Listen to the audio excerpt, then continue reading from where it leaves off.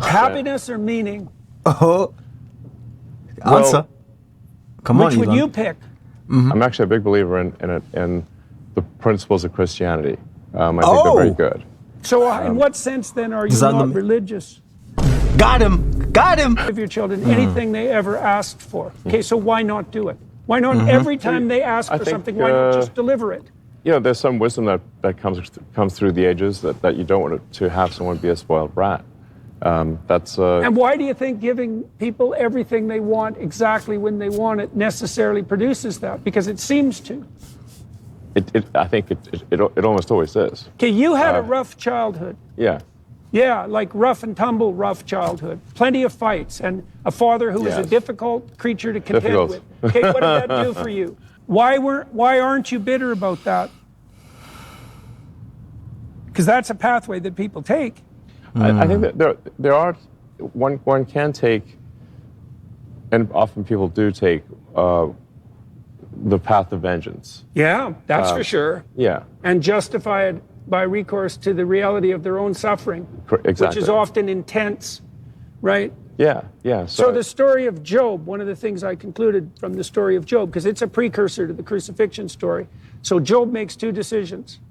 The first decision is that no matter how terrible things become for him, he will not lose faith in himself. And the second is no matter what horrors are visited on him by Satan himself, he will not lose faith in the, what would you say, in the spirit that gave rise to the cosmic order. Right? No matter what. Well, so, you know, while I'm not a particularly religious person, I do believe that the teachings of Jesus are good. And for a while there, when I was young, I thought, well, that's really a weak thing to do. It can be. If someone and with respect to bullies at school, I think you shouldn't turn the other cheek. You should punch them on the nose, and then thereafter make peace with them. But they need to stop bullying you, and a punch in the nose will stop that, and then thereafter, you know, make peace. Anyway, so why not bitterness? Why not bitterness? This notion of forgiveness is important. I think it's essential because if you don't forgive, then, you know, as I forget who said it, but an eye for an eye makes everyone blind. There are anthropological speculations that we were caught in a 350,000-year cycle of not getting anywhere after modern human beings emerged precisely because of that. Yeah, so I'm actually a big believer in the principles of Christianity. I think they're very good. So in what sense then are you not religious? Oh, mic drop. Got him. Got him. Dawkins just came out 3 weeks ago Got him. and announced that he was a cultural Christian, right? And so the question, Right, I would say I'm probably a cultural Christian. Okay, so I was brought up as an Anglican, and I was baptized. Although oddly enough, my parents also simultaneously sent me to a Jewish nursery school. So it was Jesus our Lord. well, You know, the Jews have a reputation for being religious too, you know. no, I might have been the only non-Jewish kid at the school. I didn't even realize that was the thing. So that is my upbringing. So when Dawkins announced he was a cultural Christian, the question that came to my mind right away was, okay, there's a bunch of things going on there. The first is Dawkins' proclamation or admission that if you compared different societies and their axiomatic suppositions, he would prefer the ones predicated on Christian axiomatic assumptions. I do think those are good ones. Okay, so that's why I asked you the question about why you would consider yourself not a religious person, because it seems to me that the essence of it isn't the statement that you abide by a particular Protestant creed, let's say. It seems to me much more akin to the notion that you believe that this set of axiomatic presuppositions is like the pronatalist presumption. It's correct, like it's not correct. It's going to lead to a better society, a society I think that we would prefer to be. What will result in the greatest happiness for humanity, considering not just the present, but all future humans? Happiness or meaning? Ooh, good question. Which would you pick? Personally, I'd pick meaning, because for me, meaning leads to happiness, but I think that's... Right, but the reverse isn't necessarily the case.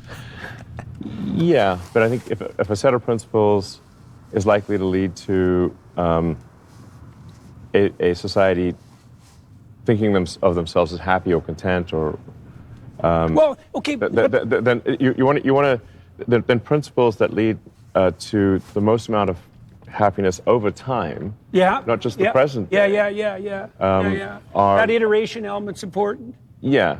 Because you have to consider the happiness of future humans as I well. think that's where the ethos actually develops, is that it's a consequence of iterated games. Sure. And it looks to me, given what you've already told me about the way that you resolved your existential crisis, is that you consistently pick that's adventure reward fundamentally over contentment. Now, you like your Yes. kids and you're content with them, I presume, when Yes. you're playing, but the way that you found meaning in your life is not through contentment, it's through adventure. That seems to me the case.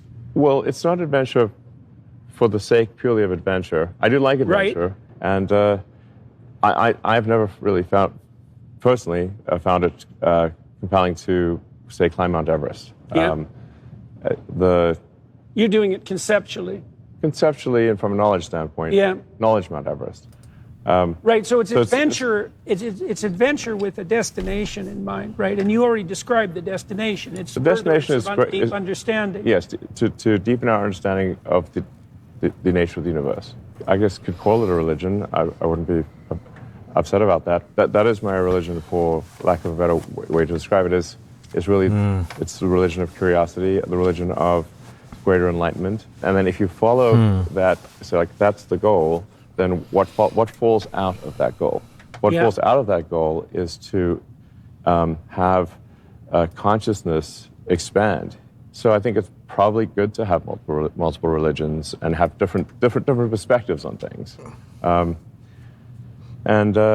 So what Shaky. falls out of that is we need to take a set of actions that increase the probability that the future will be good for humanity. Well, so one of the things I derived from this analysis I've been doing of the Old Testament is that faith and courage. I'll give you an example. So when Moses is on the verge of the Promised Land, he sends scouts out to check out Canaan, because that's the Promised Land. Now, Canaan is the home of the descendants of Cain. It's the place of people who aren't aiming up, put it that way. All right. Okay, so the scouts go out to look at the future, and they come back in two teams. And one team says, there's nothing but giants there. It's a complete bloody catastrophe. You led us out into the desert stupidly. We were better off in the tyranny. There's no way we're going to survive, right? And the next scouts, or the other set of scouts, Caleb and Joshua, come back and say, well, there's trouble there, but if we aim up and we get our act together, we can turn this into the Promised Land.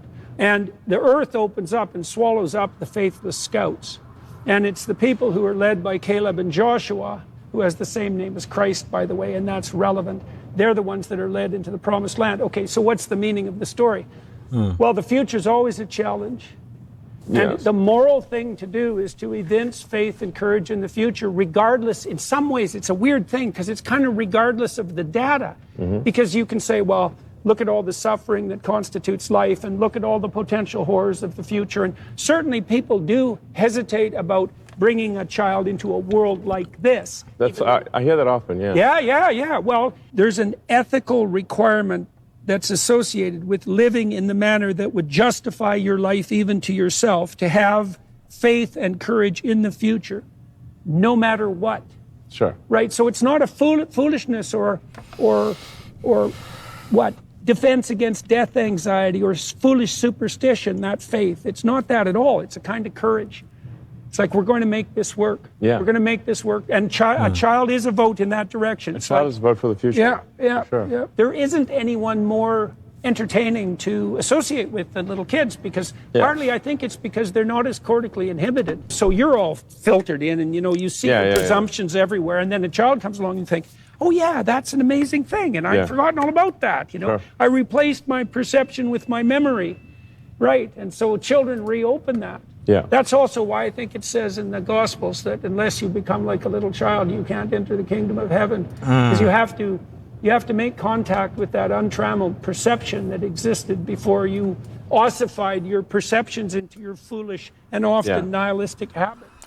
Very, very true. Look, you have to become like a child in order to enter heaven.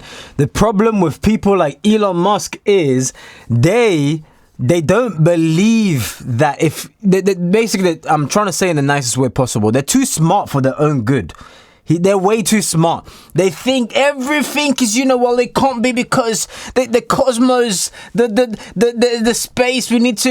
It's like, we are not God, and we can play God. You could do that. Good luck. But we are not God. So that's where the difficulty now lies in. They struggle to just say, you know what? I am weak. I need strength. Lord, please help me. I need you. I can't do this without you. Those words are very difficult. So as Christians, we need to pray for people like Elon Musk, because they've got tremendous amount of influence, power, money, and all of this. And they can bring so many people to Christ. Imagine if Elon Musk completely turned into a Christian and started blasting it everywhere. The way he'll get hated, obviously, by the works of the enemy, but the influence that he will have over the entire world, scary in a good way, obviously. So keep him in prayer. Let me know your thoughts in the comment section down below. Smash the like button. And if you want to make some holy gains, because a bunch of you guys have been asking me in the comment section down below, then link in the description. Join the Patreon. Join my Patreon, and I should be able to guide you and all of that. Join the fitness one, the one that gives you all of the perks, and then I should be able to guide you. But God bless you all, and I'll catch you guys on the next video. All right, bye now.